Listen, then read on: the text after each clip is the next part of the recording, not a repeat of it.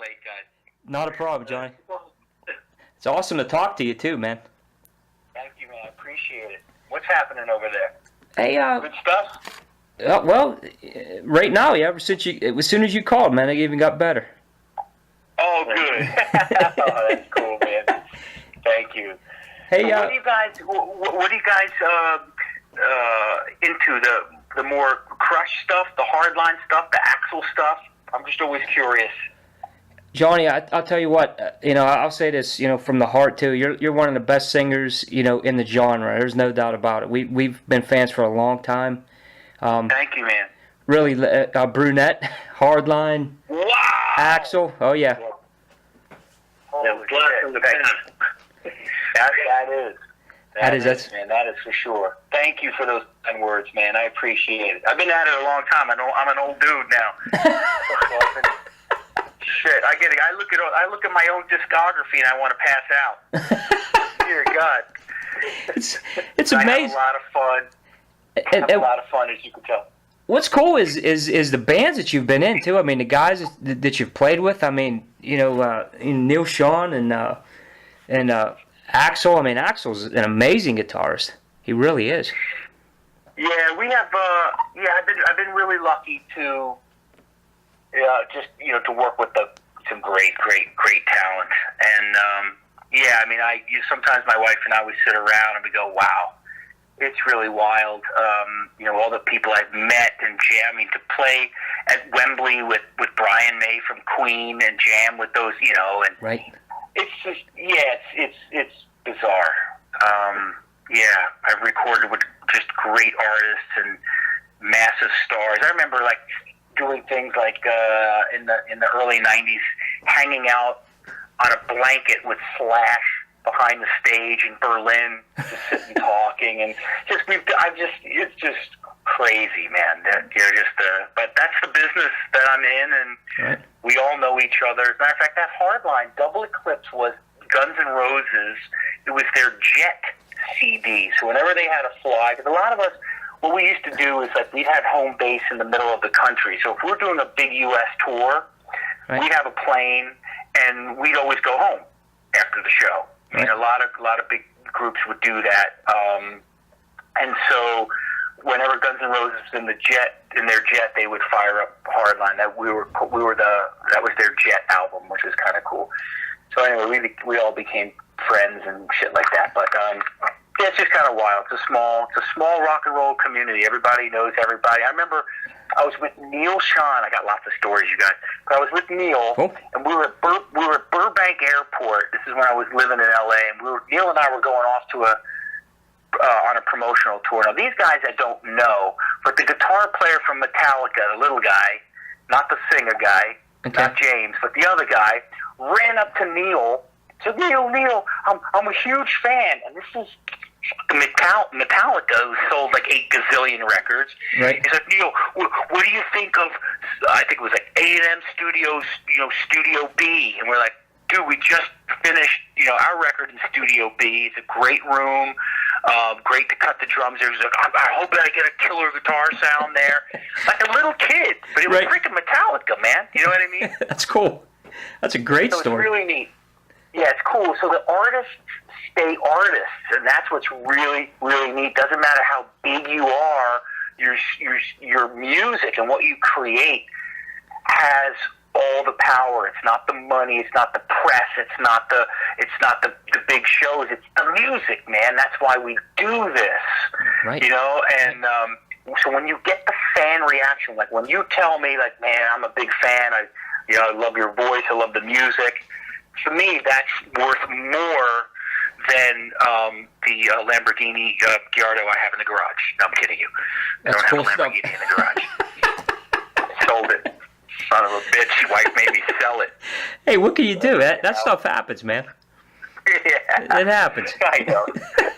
You know what, guys? I moved to the East Coast. I'm digging the East Coast. The West Coast was so busy for me.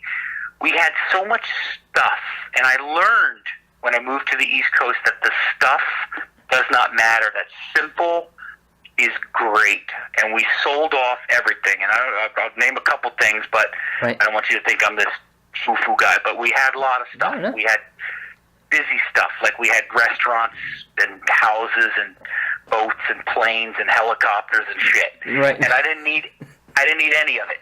Right. We got rid of everything. We come back here. It's quiet. No one breaks my balls. I love it. that's a good thing too, man. Yes. No one knows who really the hell I am. It's killer. And I love it. It's great. So anyway, okay, so shit, we got an interview to do. What do you guys want to know? What are you doing? What do you guys do? You got a magazine? You got a radio show? What do you do? Online thing? What are you doing? Well, what do we got?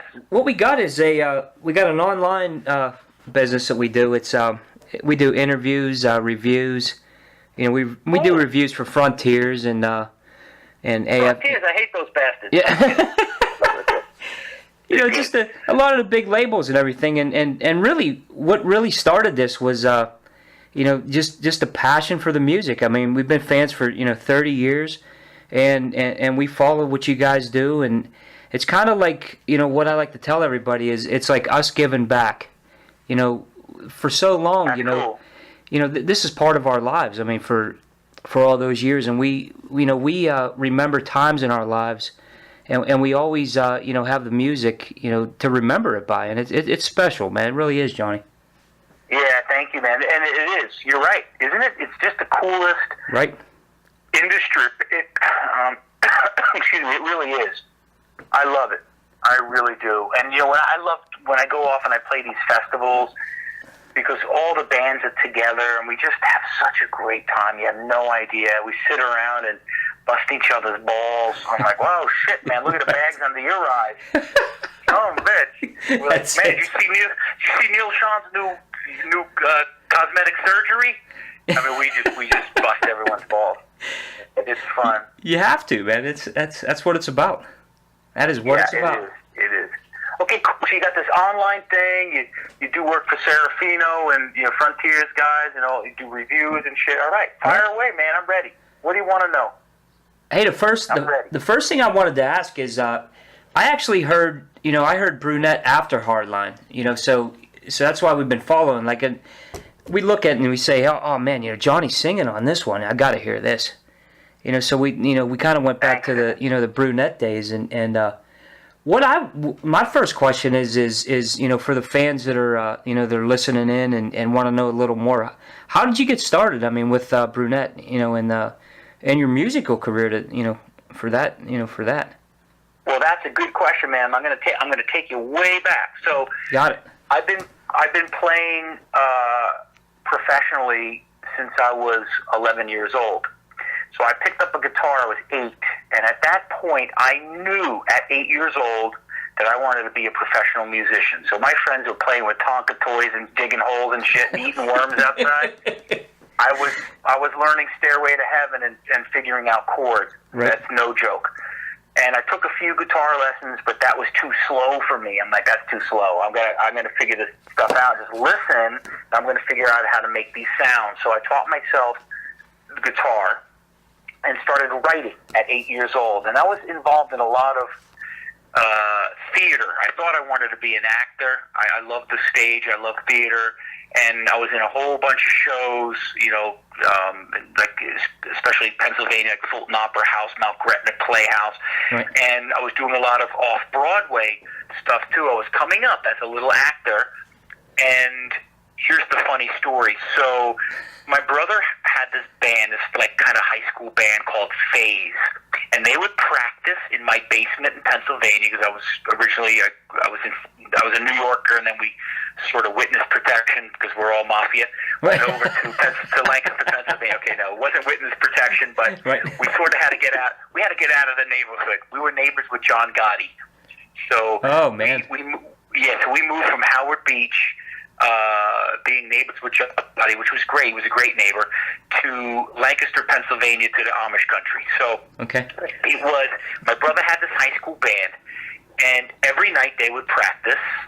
And I would sit on the stairs and look down at the drummer because the stairs went up, and I would sit there and they would play. Every night they rehearsed, and every night I watched this drummer. And when this kid would go home, I would play his drums. And I learned how to play the drums by watching. I learned every one of their songs by watching. Nice. When I came home from school, I played this guy's drums. I put his sticks back just right so he didn't know, right? Everything, put it back. Well, one day, this guy, I can't remember his name. It's terrible because I took his job. So one day, this kid got violently sick, and they had a gig at the Catholic high school of all places. And my brother says, "What the hell are we going to do?" I said, "Joe, I can play the set." And thank you, Brandon. My son's bringing me a drink. God bless you, buddy. There you go. Thank you. He just wrecked on his dirt bike, and he's got his leg looks like a shark ate him. Oh man. Damn kids. Okay, so That's it. Anyway, so my we were lucky that he didn't break anything. Okay, so my brother said, "Are you kidding me?" I said, "No, Joey, I can play the set. I know every song." So he calls the band in. At the time, they had kind of like an older keyboard player. He was probably like 28. You know, that was old. And I played and I sang back there, and they were like, "Holy shit!" So I did the show, and they fired the drummer and said, "Will you be the drummer?" Now, of course, I don't know how we sounded like. Maybe we might have sucked. I don't know. But I became the drummer and the lead singer behind the drums at 11. That's how I started, you guys. That's cool. So I didn't know that I knew how to sing. I know that sounds bizarre. I was in a show, doing an off-Broadway show between 8 and 11 years old, and there was a musical director that said, "Okay, you know, I need you to sing this." I'm like, I don't know how to sing. He said, "Of course you do. We heard your audition." I'm like, okay. So this guy is a musical director, still alive, and still lives in New York doing theater stuff. That guy taught me how to open my mouth, and then the rest, God gave me, really. So because I and that's I can't explain any more than that. That's it. So I became the drummer of the band, and then we played every little shithole we possibly could on the East Coast, and then we decided, you know what, the action's in L.A., so when I was 18, so now we'll go from 11 years old to 18, going through school, playing. I got lots of stories in between, because I was barely in school, you guys, barely. It was crazy. I had every excuse from sinus infections to like the anal gland inflammation. My mom came up with every excuse under the sun why I wasn't there on a Friday or a Monday. But the truth was, I was playing clubs up and down the East Coast with my brother. That's so cool. One day, I get called to the principal's office, and the principal says, "Look, we know what you're doing. You're in the newspaper all the time. We know you're playing. We know you have your acting. We know you have your music. But don't give us these excuses. If you're doing something, just tell us the truth." Okay, guys. So the next week, Paul Stanley from Kiss calls my house, and he says, "Johnny, I heard some of your songs. I'm getting into producing, and I'd like to hear more music." So I tell my mom, I said, "Ma, I'm not going to school this week. I'm going to go in the studio and I'm going to work my ass off." And my mom said, "Okay." My mom and Dad were very supportive because they knew that there was talent there. It wasn't just like some kind of pipe dream. I really wanted this, right? So I work all week, and then it's time to go back to school. I sent Paul the music, which nothing ever came of it, but I did it anyway. Maybe he didn't like the songs, whatever. But it comes time for the excuse, and my mom says, "Johnny, what do you want to write on the excuse? Stomach ache, headache, you didn't feel good, flu, what do you want?" I said, "No, Ma, tell the truth." I said, the principal, I won't mention his name, the principal wants me to tell the truth. So she writes, here we are, Lancaster, Pennsylvania, guys, okay? She writes, "Dear Mr. Johnny, Paul Stanley from the rock group Kiss called and wanted Johnny to work on some material." And I handed it in. So by like third period, I get the old Johnny Gioeli to the principal's office. And I go to the principal, and this guy kind of slammed me up against the locker. I was a skinny little guy at the time. And he starts freaking out on me. and that you need an education. I said, yes, I agree with you, I do, and I'm doing that, aren't I? Yeah, but this is, you're focusing on this, that, and the other. And I said, sir, with all due respect, I make more money in one day than you do in 2 weeks. And he did not like that. No.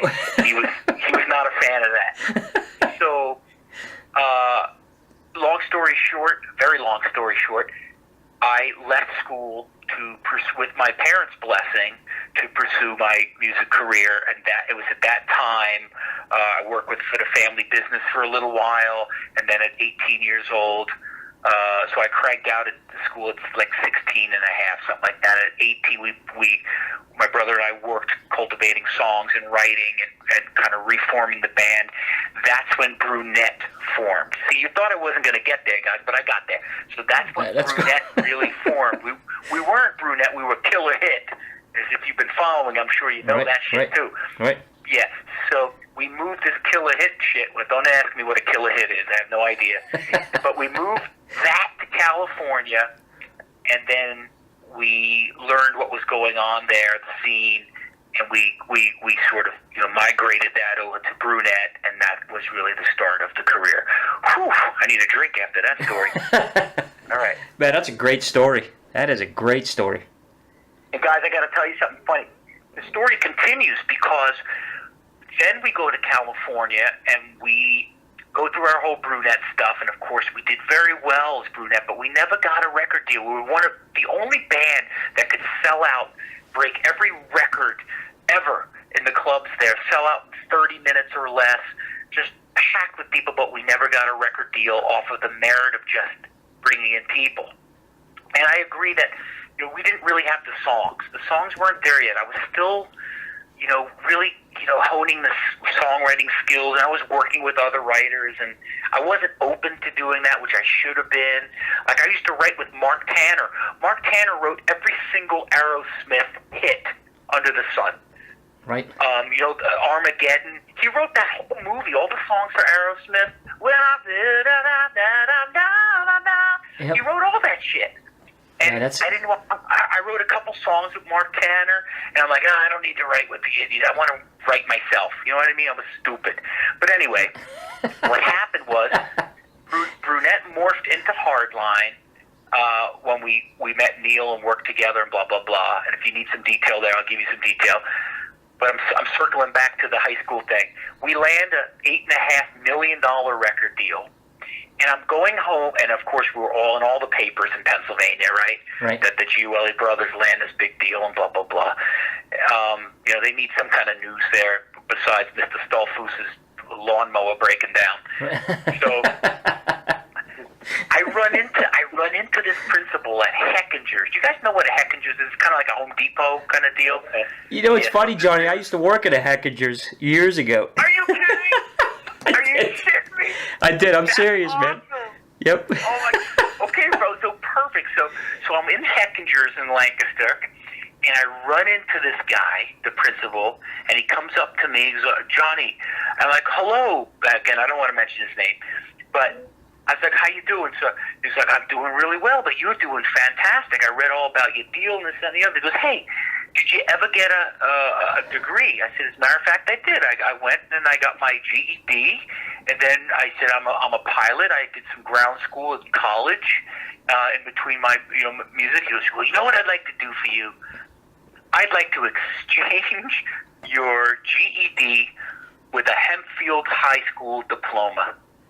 Of course he did. Now he wants the fame and the glory. And I said, sir, you can insert that diploma where the sun doesn't shine. I'm not interested.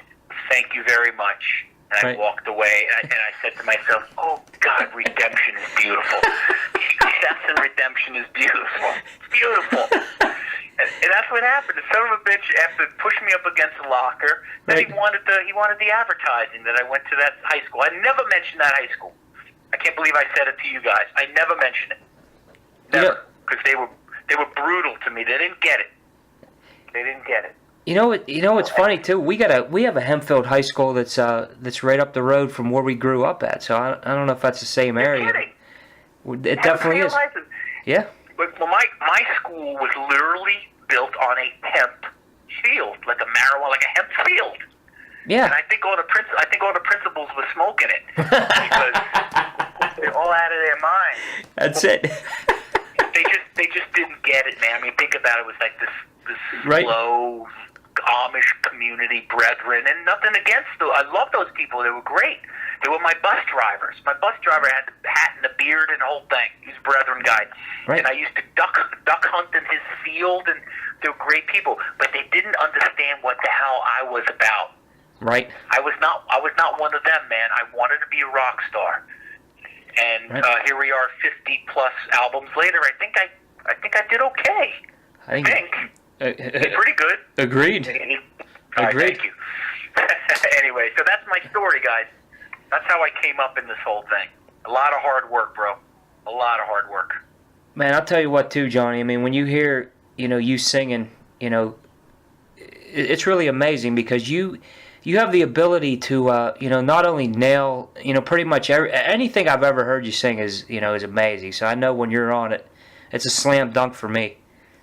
And what Thank you, bro. What I think you do so well too is, you really project well as far as not only the way that you sing, but the way you deliver the message of the song. I mean, whether it's a ballad, whether it's a hard rocker or anything, man, you just got it. And I think that says a lot because there's some singers that could just do certain things, but you pretty much can do it all, man. my man. Really. Well, so the way I try to do that stems from, okay, so first of all, I've never had a record collection ever in my life. Ever. People collect and they listen to things. I never wanted to be influenced by a sound. Of course, I love guys like Scorpions and Van Halen and Dio. People say, oh, you sound a little like Bon Jovi, you sound a little like Dio. I don't try that. That's just what my voice does, right? That's just my voice. Right. My face, my tongue, my nose, my big Italian nose, my bones in my face are different than yours. Right. You're going to sound different than me. Even if I teach you how to sing, you're not going to sound like me. Right. So when honing the skill, to sing, I didn't want to be influenced or sound like, and write, I didn't want to be influenced by anyone. So that for me was very important. I don't want to have an album collection. I don't want to listen to something. Right. I will tell you straight out that Axel goes through his collection and he listens to little snippets of stuff and he gets ideas. I don't write that way. Right. So when I sing a song, I have to, or write it, I write it and sing it for me in hopes that you love it. But I don't write it for you. And I know that sounds kind of like, oh, son of a bitch. But that's the best way. I mean, like when a painter paints, he's not painting the picture because he that he hopes that he sells a shitload of them. Right. I don't give a shit if I sell one or I sell a million. Right. As an artist, you've got to create for yourself. So when I sing those songs, I'm singing the lyrics and I'm singing what I wrote for getting inside the song, for being, letting what I've envisioned come out.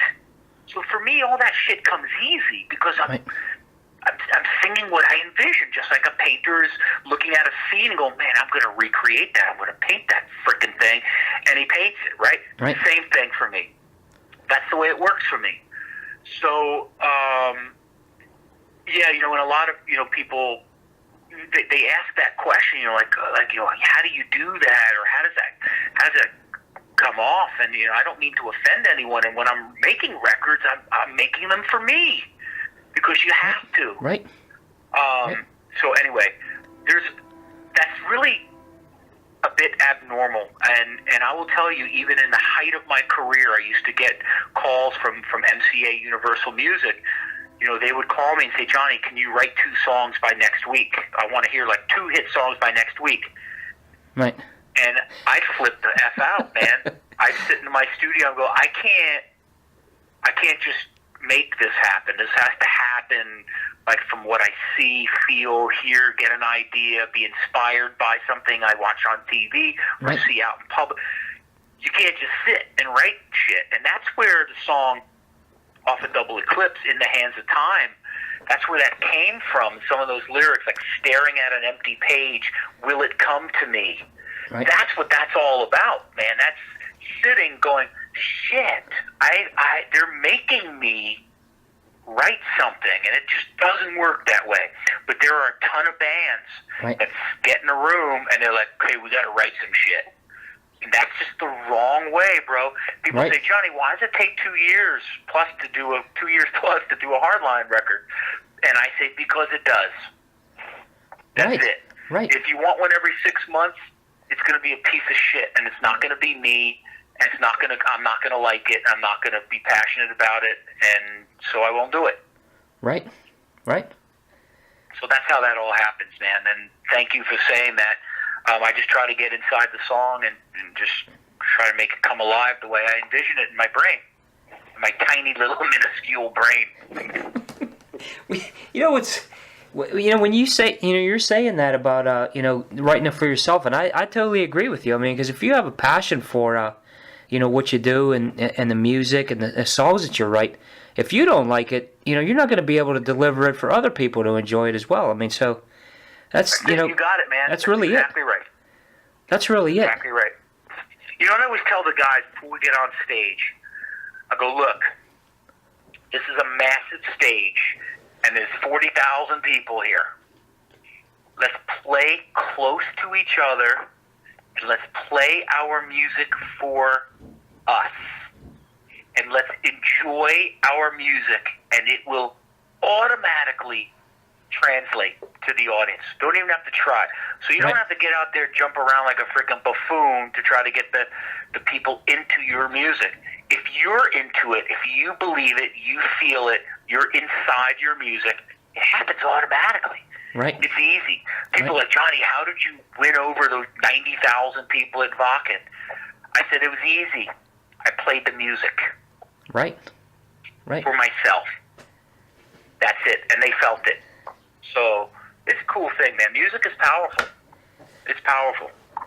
It definitely is. I mean, hearing that whole, the whole story and, and how you came up and, how you feel about it. And it comes across, to us as fans. I mean, the quality, like I said, I mean, I personally put you in the, the top 10 singers, really of this genre of all time. Bastard, top 5. Come on. I'm kidding. You know what I really do though is I don't even rank anything. I just say, here's the group right here. Pick and choose, cool. As you please, because really, man, that's just, and you look over the whole, discography, everything that you've done. I have favorites. I know Brian has favorites. And I think of the Rudi Pell stuff and the last album, every Rudi Pell that you've been on, Game of Sins is a fantastic album. It really they're is. All the same. They're all kind of the same. You know what I mean, bro? But with ARP, the magic is staying within that box. Don't go out of the box. Right. That's what the people love, and it's that sound, and it's that dragons, wizards, rainbows, and demons, and that's what it is. You know what I mean? Right. And for me, I laugh at some of this shit, but it is what it is, man. It's fun. Right. And it works. So why change it, I agree. I agree. As far as cool thing. As far as you you mentioned about doing some solo work. I mean, I could see that being that being huge. I mean, I'm looking forward to hearing that for sure. So what I've done, guys, so locally here in my town here in Connecticut, Madison, I don't know if you know anything about what I'm doing with the solo. Do you guys? Do you know anything about it? I haven't heard anything. As long as I okay. Okay. So let me tell you what I'm doing, because this would be great if you put this out there for me too. Absolutely. So the young kid at the time was 18. I think he's going on. He's like 19 now, 19 and a half now. So 18-year-old kid jumps into the Long Island Sound, hits a rock, and he's paralyzed. Oh, he's paralyzed from the neck down. He can move his head. He's got a little movement in one arm. This was a star football player. I mean, you've heard the story a million times. Star football player, highly educated kid, beautiful family, dives into the water. They went to the beach because they were mourning the loss of their dog. Oh, man. And they said, Mom, we're going to jump in. And he dove in and hit a rock and done. Life changed. So I said, I got to do something. Everyone's, helping the family, a lot of community support, financially, emotionally. And I told my wife, I said, I don't want to just cut a check. Everyone's doing that. And I woke up one morning and said, I know exactly what I'm going to do. I'm going to create a solo album, which is something I've always wanted to do, but wasn't in a hurry to do. Right. Now I've got a good excuse to do it. I'm going to donate all of the funds from this solo album. I'm going to give it to the family, and that's what I'm going to do. But I'm going to do it through Pledge Music. I don't know if you guys know what Pledge Music is. Yes. Yes. Okay. Absolutely. So I have a pledgemusic.com/Johnny Gioeli. You guys can check it out. Okay. And we're already like 198% of the goal. And nice. I'm creating this solo album, which is called One Voice. Because this also happened to me in a dream.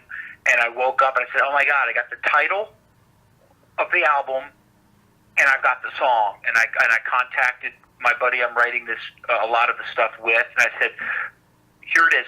It's called One Voice. And I sang melody. It all came to me in my sleep. I woke up. I forced myself to get out of bed because I didn't want to forget a damn thing. I wrote it all down. I sang into my iPhone. And I contacted him. I said, listen to this melody. This is it right here.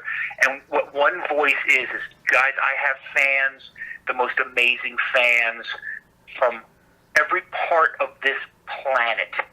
From frickin' Iceland, Greenland to Afghanistan. I'll give you a cool story.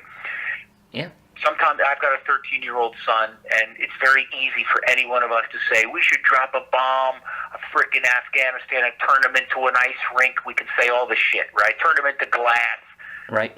And I read my son a message that I got from two young kids in Afghanistan and said, Johnny, we love you and your music so much. We are massive fans here in Afghanistan. We love your work with Crush 40 and Sega. We play Sonic games. Right. We live in a country, it's very difficult, but we wanted you to know how much we appreciate your music. It inspires us. It gives us purpose. It's changed our lives, this, that, and the other. I said to my son, you want to drop a bomb on them? They're no different than you. They want to live. They want to be happy. They want to smile. They want great health. They want love. They want family. You want to drop a bomb on those innocent kids? He was like, holy shit, Dad. I go, yeah.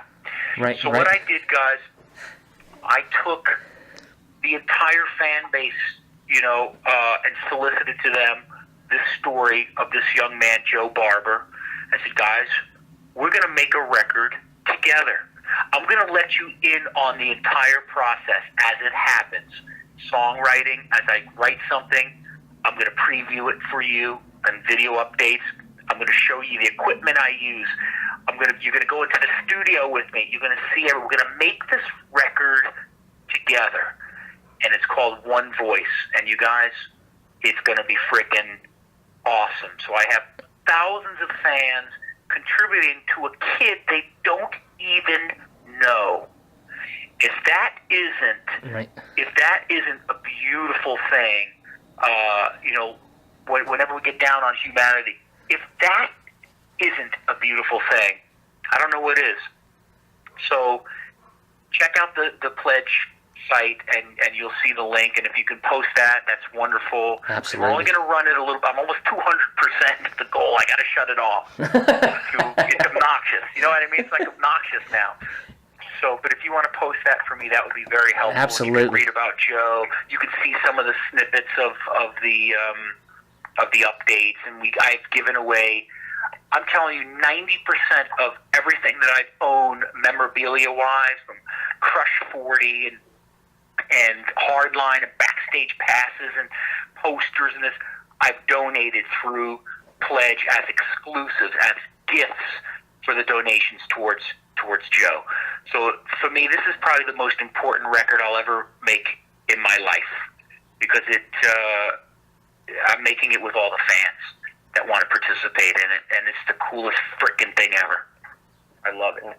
That's amazing. I mean, that is.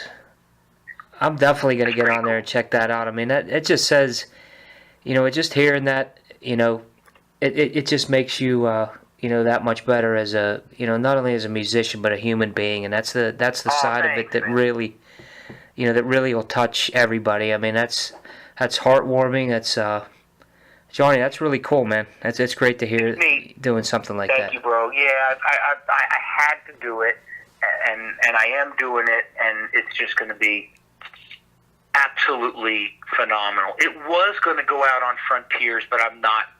We've redone the deal, and I'm not quite sure what label it's going to go out on, if any label at all. I may be the label, so I'm not. I'll let you guys know what's going on. But if you could post that, that'd be really cool. You got it. It all helps, and it helps Joe and this kid. He's a fighter. We just did some television. We did some local news stuff. So I'm always in his corner trying to help him, because in his lifetime, as things progress medically, it'll cost about $8 million just to get him through his adulthood. You know what I mean? Right. It's a lot of money. That's just amazing.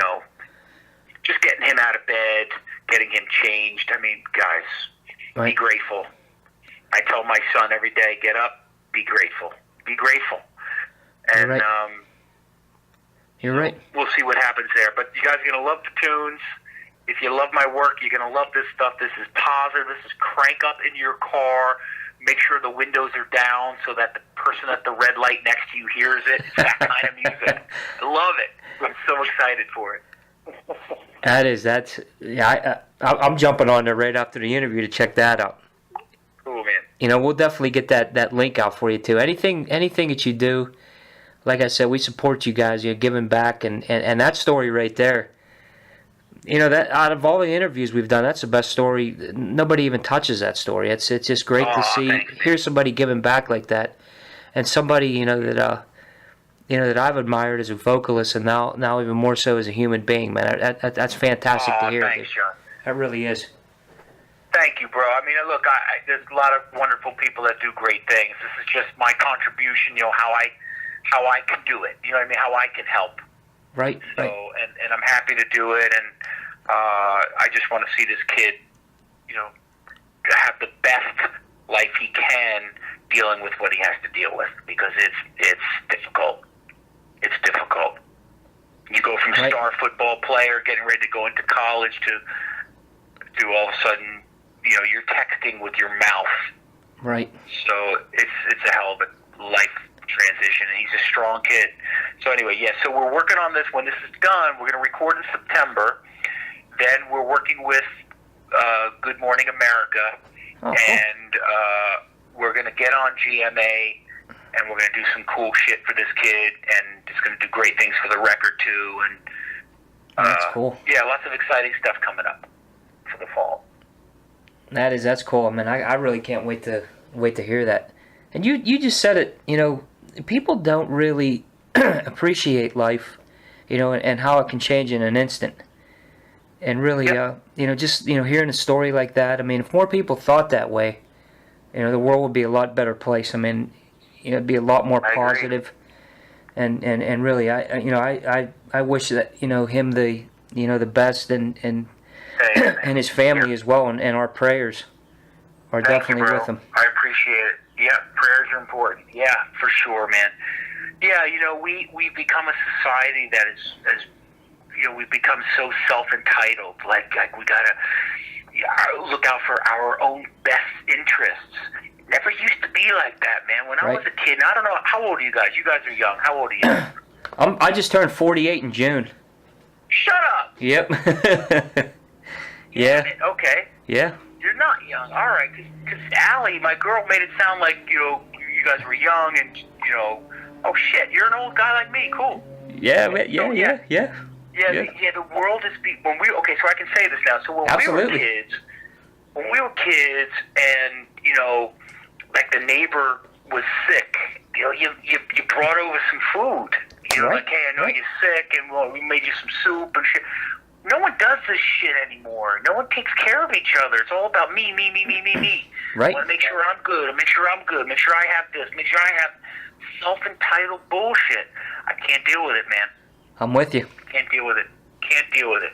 And you know, when I go to places, so I spent 9 days in Bulgaria, and I did a solo show in Montana, Bulgaria. Let me tell you something, you guys. Montana, Bulgaria.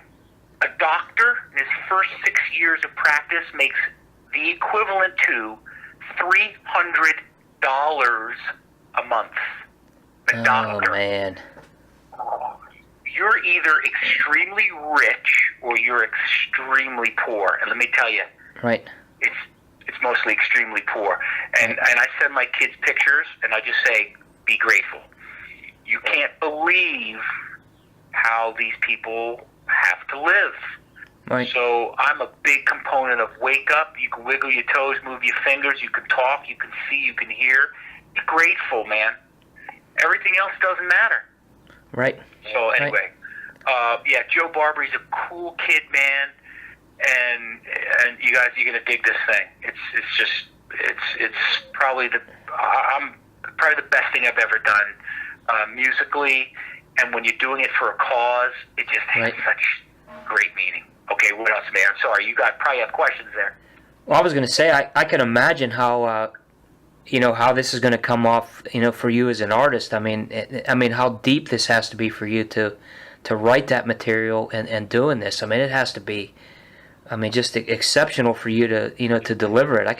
Coming from your heart like that, that's really saying a lot, man. That's really cool. Yeah, and that's the whole premise behind One Voice. The lyrics is, I like my voice without. I'm just a voice without your air. It's just all came together.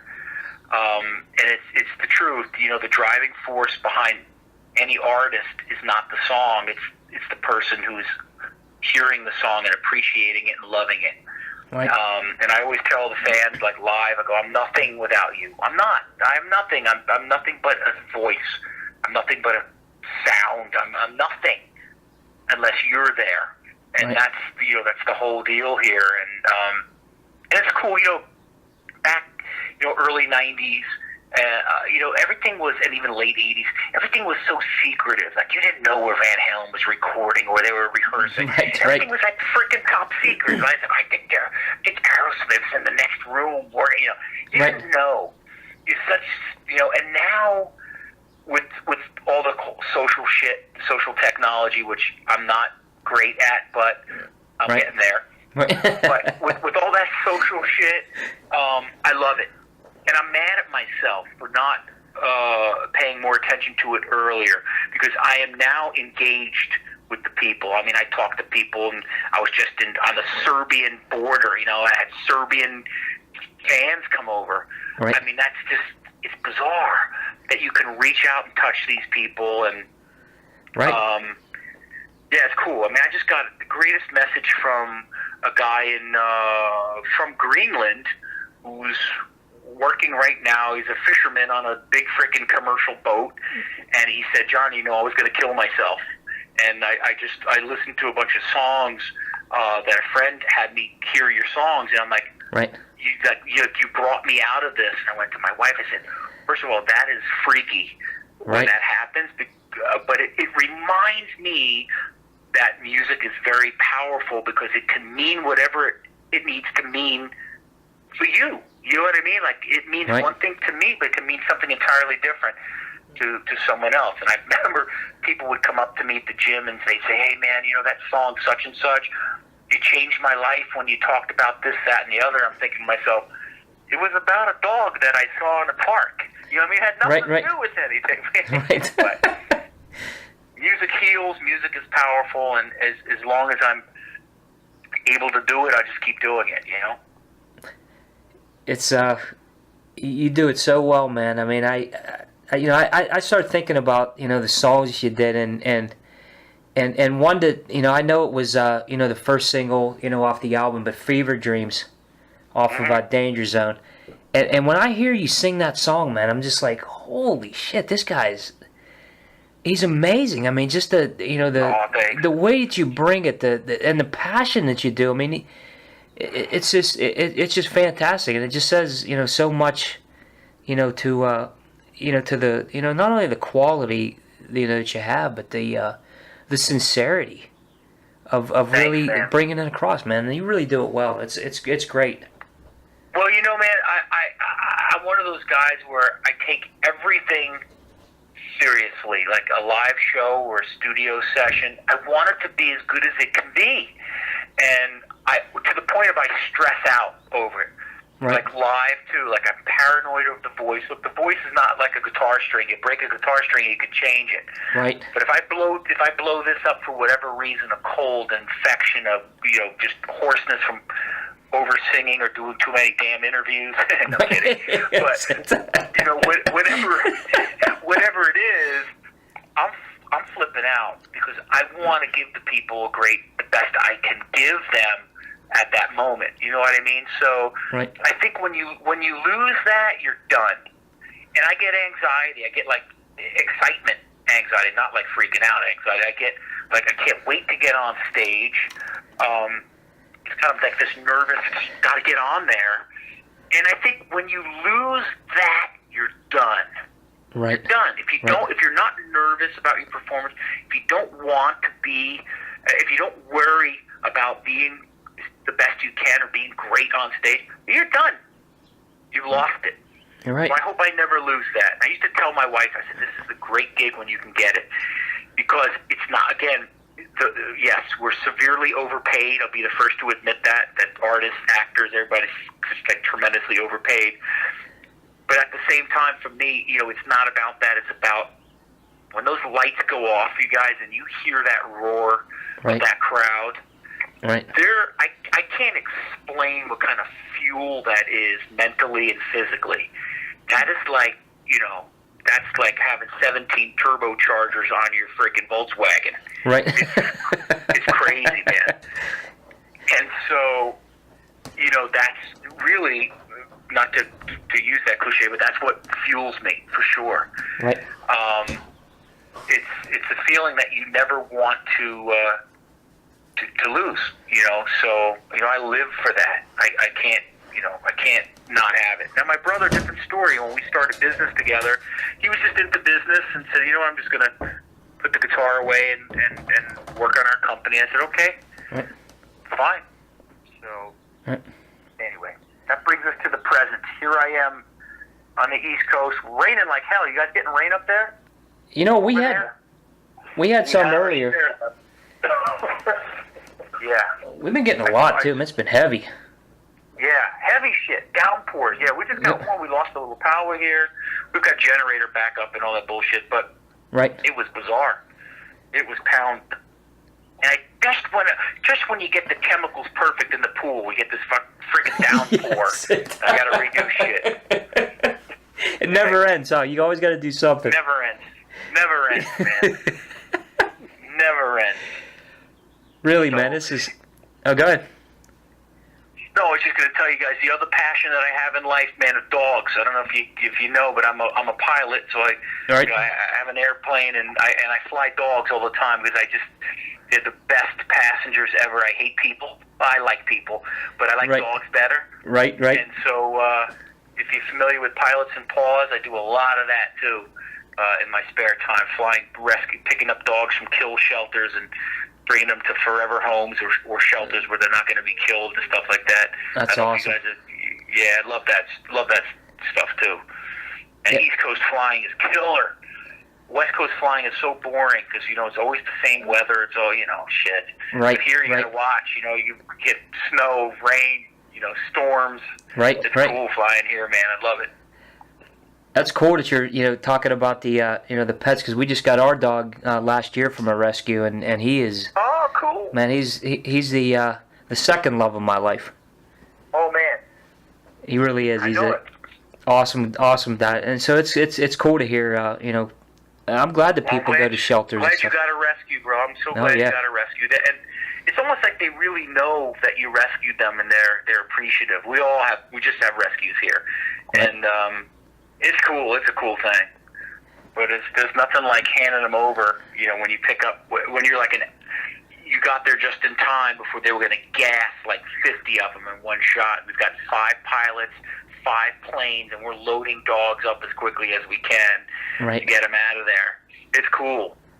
It's a cool way. I guess I'm getting old, man, so I'm trying to give back. You know what I mean? I'm at that stage in my life before I check out. Got to give some back.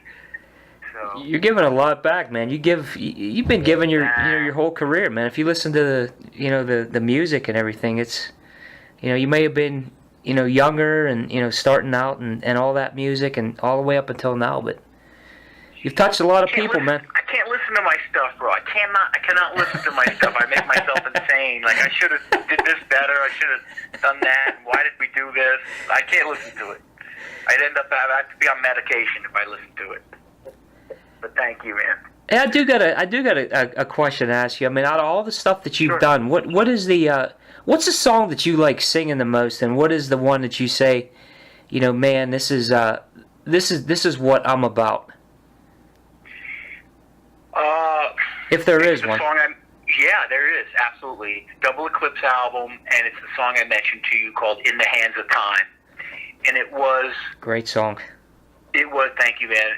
It really, if you listen to the lyrics, if you go back and listen to it, it sums up that story that I told you about staring at the empty page when I got the call from the record company, and it sums all that up, and it was a really special conversation I had with my father about. He was just a huge component of go for it, keep going, kids, keep going, keep pushing, keep fighting, keep going, keep going. Yeah, bro, we were so poor that a luxury was when we could buy like these big nectarines, and we'd label those bitches. And if you touched my nectarine, I was going to kick you in the balls. Because it was special to be able to go out and buy. Right. I'm serious. We literally labeled it like Johnny's. It was my nectarine. Don't touch my fucking nectarine. Right. So that's how. Believe that cliche. Starving artists believe every word of that cliche. Right. It's true. So when you have that great parental support, and I had this conversation with my dad, and then that song came out. It's in the hands of time. He said, keep going. It's in the hands of time. And then part of those lyrics are, will I take it for granted when the light shines down on me? And right. I always tried to remind myself, don't ever take this for granted, ever. When you get this gift, don't take it for granted. And I don't. And I think you guys already know my personality. Oh, yeah. So it's that song. That song kind of sums up everything for me, the struggle and just the climbing and the pushing, and I'm going to get there, and then when I get there, I'm not going to take it for granted. That's the song, In the Hands of Time, for sure. I love singing it live. Right. We had to make some decisions to pull it out because had to shorten the set on this last tour, and we're like, oh no, I don't want to take it out. Oh yeah, but anyway, so In the Hands of Time, bro. For sure. That's a great song too, man. That is a great song. What's cool too is when you look back, and that album came out in '92. Man, it sounds you were great on that album. You got so much better just even now. And that's saying a lot. That's saying a lot, man. You think so? Really? Yeah. I don't know, man. I think I okay. Well, I'll thank you. I won't say anything. I'll say thank you. Because I listen, I go, shit, I don't know, man.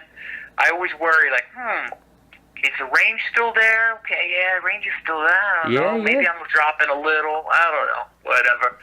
I just keep going, man. Do what I can do. I guess it's just, your life experiences at the time when you're putting out the songs and putting out the albums, it just, it varies. I mean, it could have been something that was, hey, you were young and you felt a certain way, and then now, life experiences takes you a certain way, and that's the way you deliver it. Yeah. I mean, it's great. It's really great. Yeah, I just keep going forward, man. I've got another project. I'm going to be doing an album with Dean Castronovo, who's the drummer of Journey. Dino and I, who's the Hardline drummer, so we're going to do that project next. I got the solo album that's coming out, and then we're going to start writing another Hardline album next. I've got an Axel 2018 2018 is already booked solid. So 2018 with Axel, I've got 2 tours, new album, already Nice. booked. Scandinavian tour, where it's weird when people are like, well, what are you doing? Like, I am booked through 2022 Yep. with albums. Isn't that sick? That's amazing. I mean, I don't know what I'm going to eat for breakfast tomorrow, but I know I'm making an album in 22, Right. which is crazy. Freaking nuts. Anyway, guys, if you don't have any more questions, I'm happy to take more questions, but if you don't have any more, I got to wrap it up. No, that's fine. Because my shrimp and broccoli is ready that my wife just made. Oh, that's good stuff. Really important. Good stuff, Johnny. Business. Good stuff, Yeah. man. Did I answer enough questions for you? Because I know I like to just tell stories, man. My interviews, I just go off. Bro, that was a fantastic interview, and you know, in wrapping it up here, I just want to say thanks for for the many years that you've given us. You know, such great music and such I mean, just stellar albums. You know, things that we tied back bro. and. Thank you for listening. I gotta be thanking you. Don't thank me. I'm thanking you. I thank you. The bank thanks you. That's it. My mortgage thanks you. The cars thank you. No, that's cool. No, I know what you mean, man. Thank you so much. I try really hard, bro. Sure, man. I try really hard. I try not to shortcut anything. I want to try to give the best I can. It's, for me, life's about balance now. You know, I've got my family, my kids, and my wife, and I've got the music career, and I also own some companies, and you got to balance all of this stuff. It's not easy to do. I'm an oxymoron rock guy. I'm up at like 4:30 in the morning. I start my day. I'm insane, and I go till my head's bobbing. Right. You know, till I pass out, and that's just my life. I got to get it all in, you know, while I can. So that's fantastic. I wish you guys the best. Good luck with the online thing. Thank you. If you need anything, just feel free to shout out. And I'm sorry I couldn't make the last interview time. No, I'm sorry you no. didn't get my email.